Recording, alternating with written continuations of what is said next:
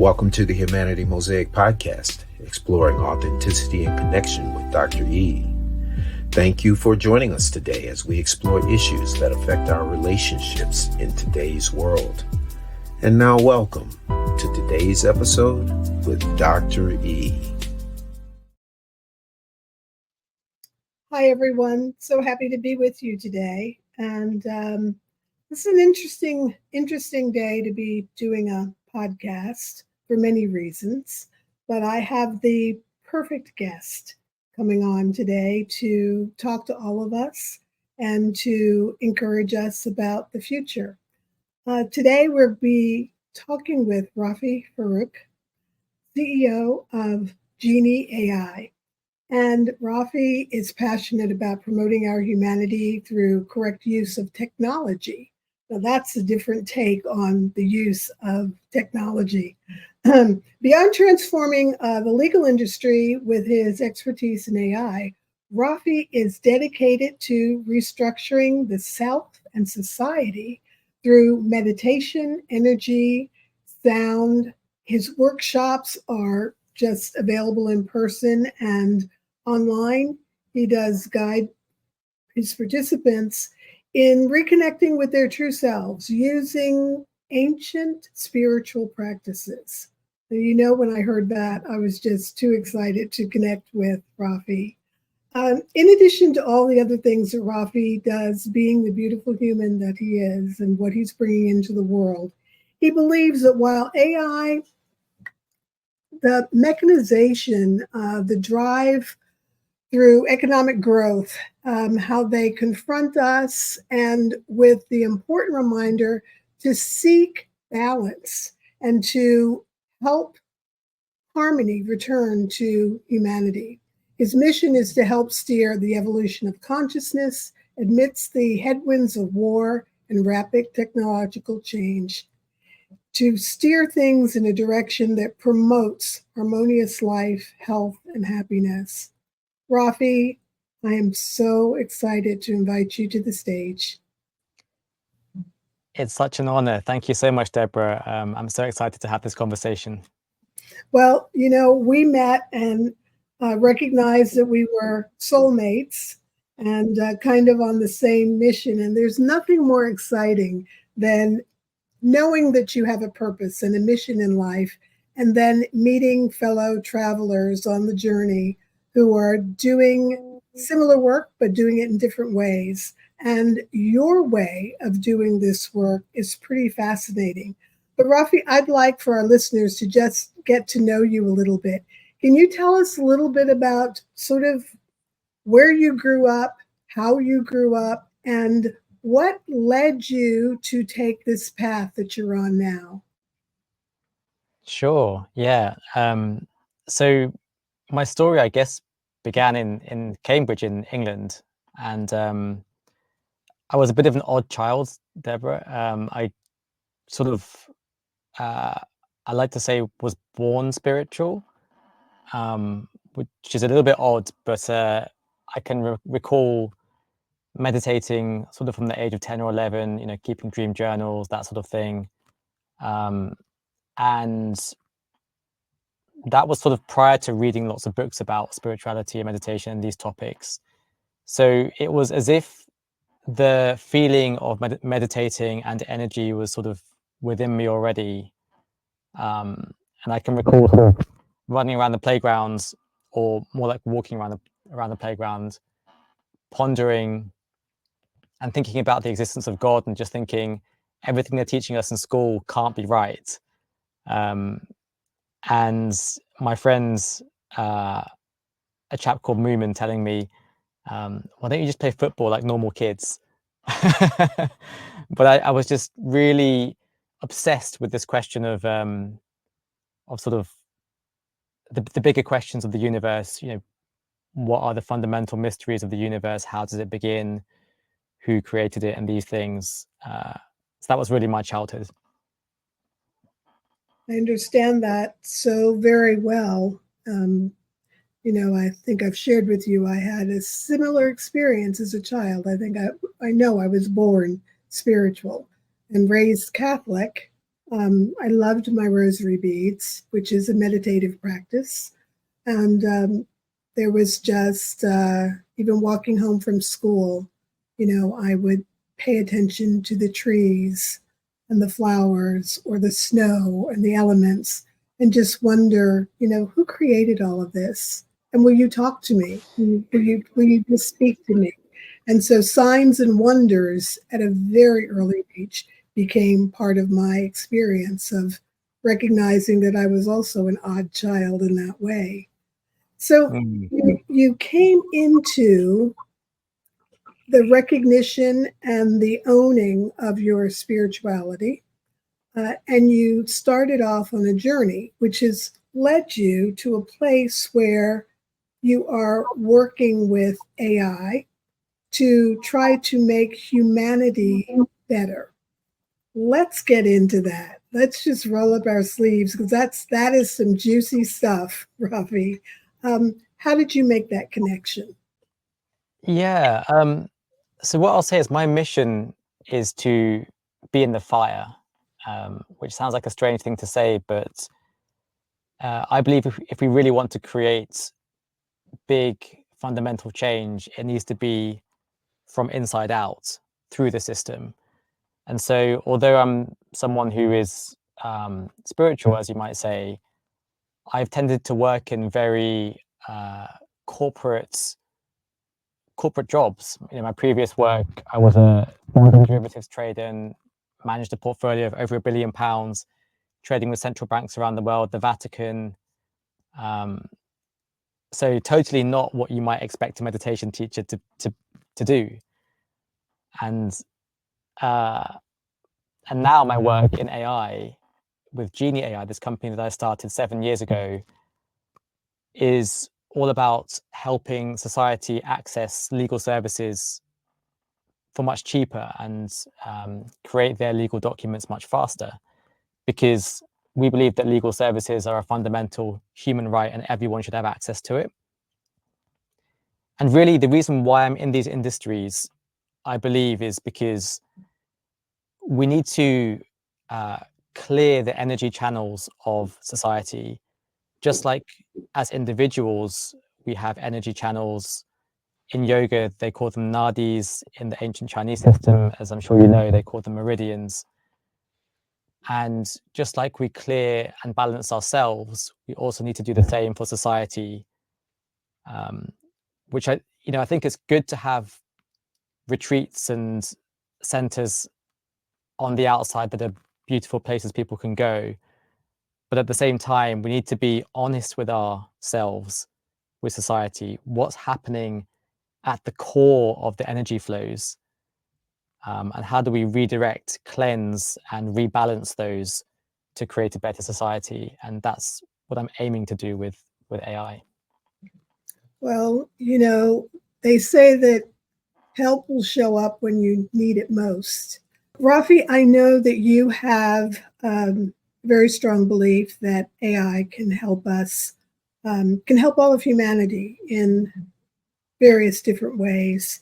And, we had an election in the United States that, we're all sitting in sort of a confused anticipation of what the future holds. We have not yet put our next president into office, but that's not too far away now. And people are looking for ways to be able to be in the world in a kinder and more compassionate way, in a way where we truly see each other, understand each other. And some of us are working very hard to build bridges and connections, ways that we can get back to each other. How can AI help us to do that? Yeah, this is a really important topic. There are pros and cons of AI. Some of the clear benefits, as we all know, is that it helps us do our work faster. It helps us to work on the more fun, exciting things and maybe do the admin work we didn't want to do. It speeds up businesses, puts more money back in our pockets. But to what end? Should we build endless AI and just keep going forever? And the problem with society now, in my view, is that the goal of society is GDP growth and productivity. More is better. Yeah. That's the paradigm we're in. And what we need to do is move more towards a paradigm of balance. So rather than a linear line, point A to point B, it should be a circle. And, I think it's no surprise that the linear line is somewhat of a masculine symbol, and the circle is somewhat of a feminine symbol, because the female body operates in cycles. And so if we change the goal of society from one of more is better, GDP growth, to one of happiness and harmony, health, balance, then we will only build as much AI as we need to make us happy and healthy. So that's the key for society. Now, unfortunately, I don't think that that's practical. I don't think governments are going to do that. Mhm. So if I may add one more practical point, given that governments are probably not going to make that big change, and that doesn't mean we shouldn't fight for it. I think we can still achieve that through our own means of change. But what is likely to happen, in my view, is that we unfortunately over mechanize ourselves by using too much AI.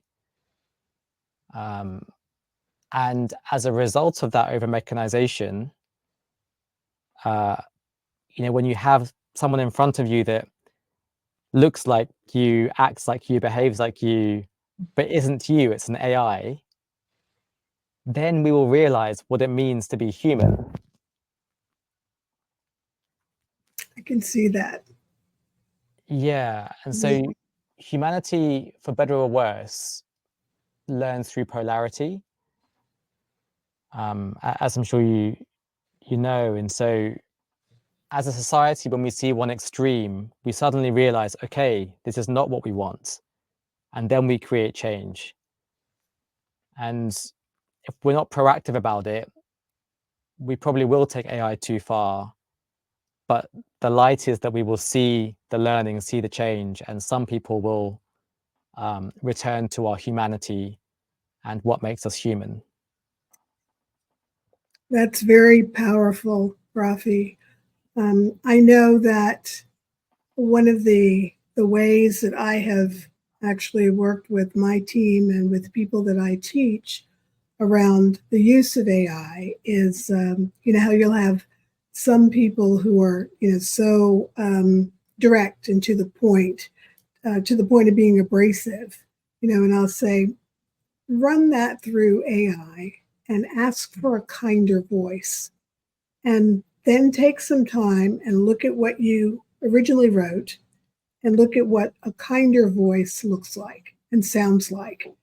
And then try to work that into your communications without making AI do it for you. Let it teach you how to do this. And I've had a great deal of success with people doing that, recognizing that when they look at what they originally composed, and then the specific request is make it warmer, make it kinder, make it more empathetic, then they can see the compare and contrast between what flowed out of them naturally versus what a kinder communication actually looks like. So, those are little things that I can see that would be helpful. But in the larger world, in the larger sense of society and clearing out these energetic channels, what are some small steps that we can begin to take if we're really invested in doing just that, in clearing out and cleaning the energetic channels so that we can have authentic relationships and authentic care and connection with one another?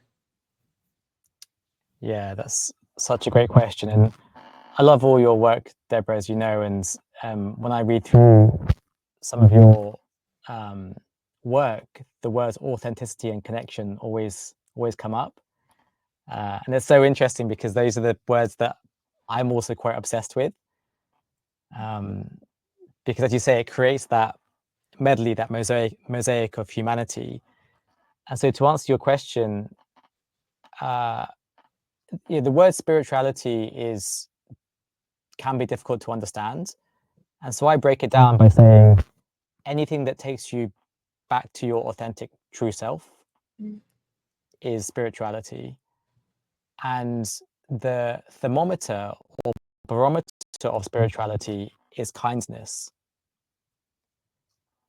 So this is really what I believe we need to do as humans, which is come back to our authentic true selves and follow those paths that take you there, whether it's having a cup of tea in the morning and being reflective, whether it's sitting in silence, whether it's doing yoga. And if you notice that over time, your what I call love quotient, your capacity for love, is slightly increasing, and you are appreciating and loving people a little bit extra each day or each month, then you know you're progressing. And I'll also just add that people often feel they have to save the world or do good for others or help others. But one of my teachers once told me that your biggest service to the world is your service to yourself.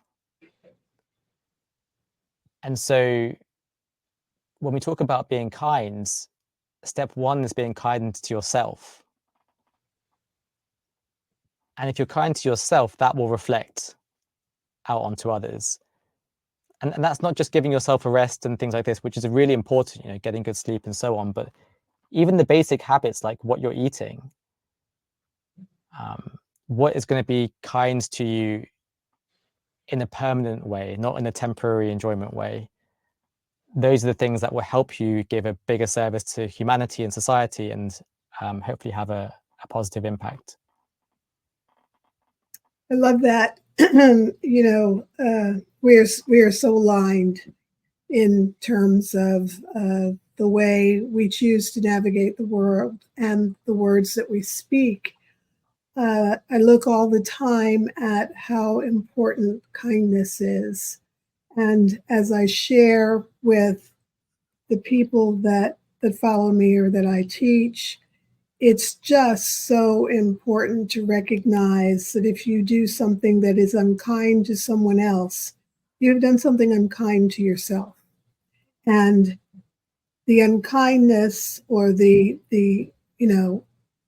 hateful, hurtful actions that you can actually project onto other people comes from a place of lovelessness inside yourself. And so healing your own wounds, because lovelessness also comes from wounding, recognizing that you have to do that work before you go out into the world and try to do anything else.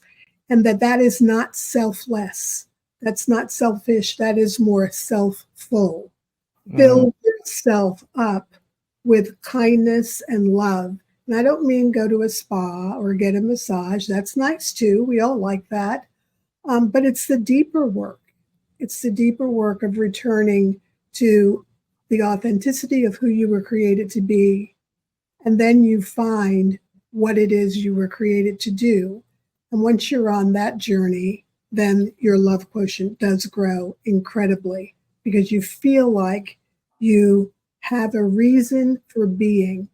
And that reason for being is full of love. I see that in everything that you say. I hear it, and I know that that is hardwired in your core, in your DNA. And you were fortunate in as much as you were born with something that maybe some others weren't necessarily born with, that sort of predisposition towards a spiritual path. And if you were not born with that, Rafie, how do you think people can find it? What is that journey like for someone that's just not there at all?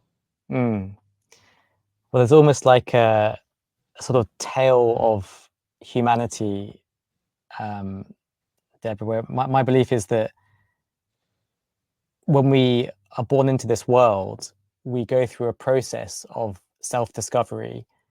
And let's say you never had access to these topics of kindness or spirituality or whatever it is.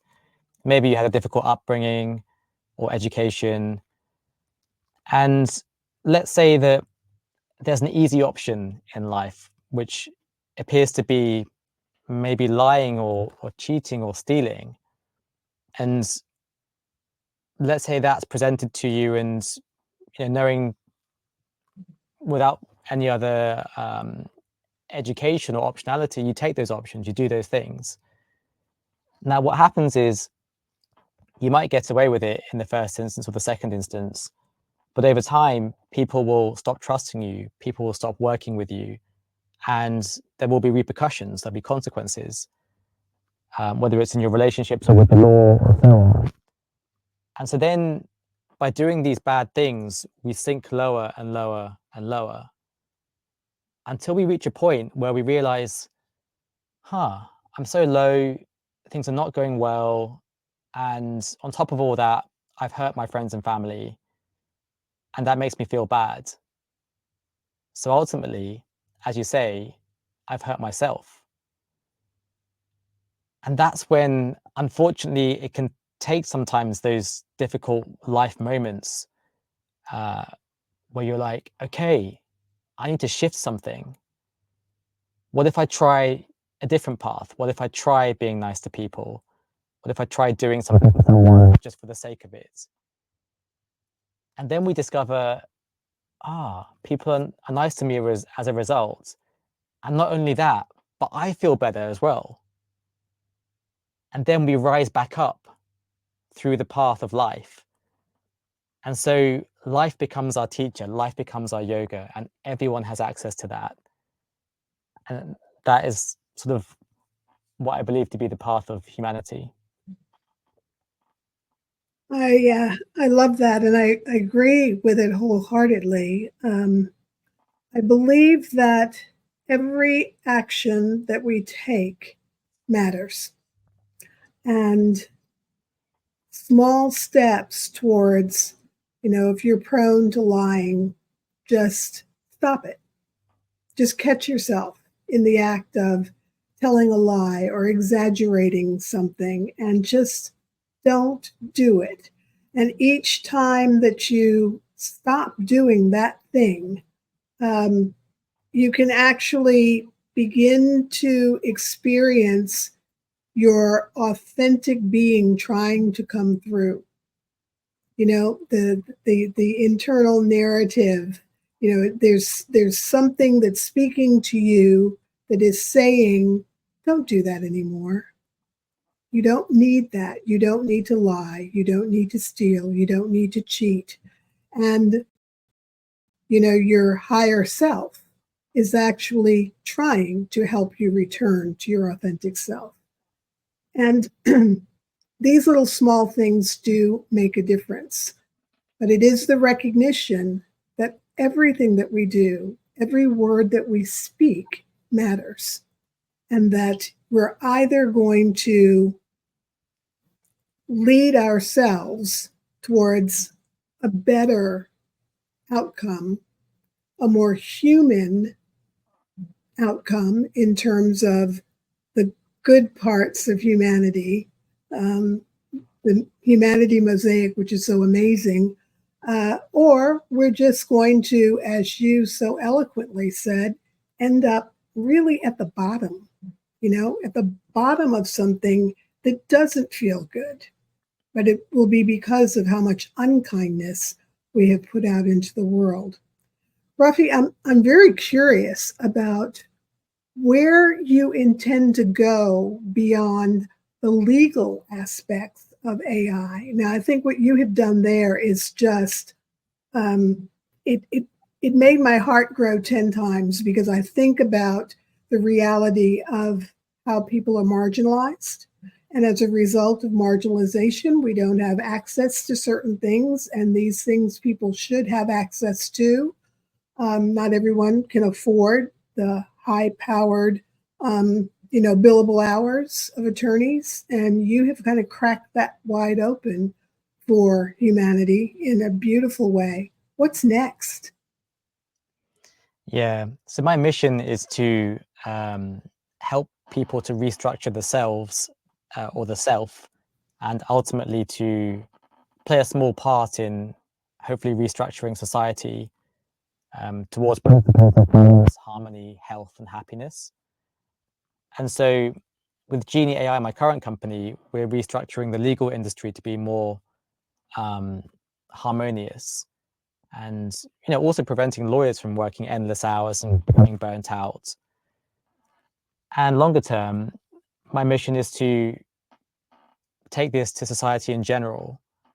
And I run regular events at various places in churches in London, for example, which are meditation events where we come together as community. We do energy work, we do yoga postures, we sound together, we sing together.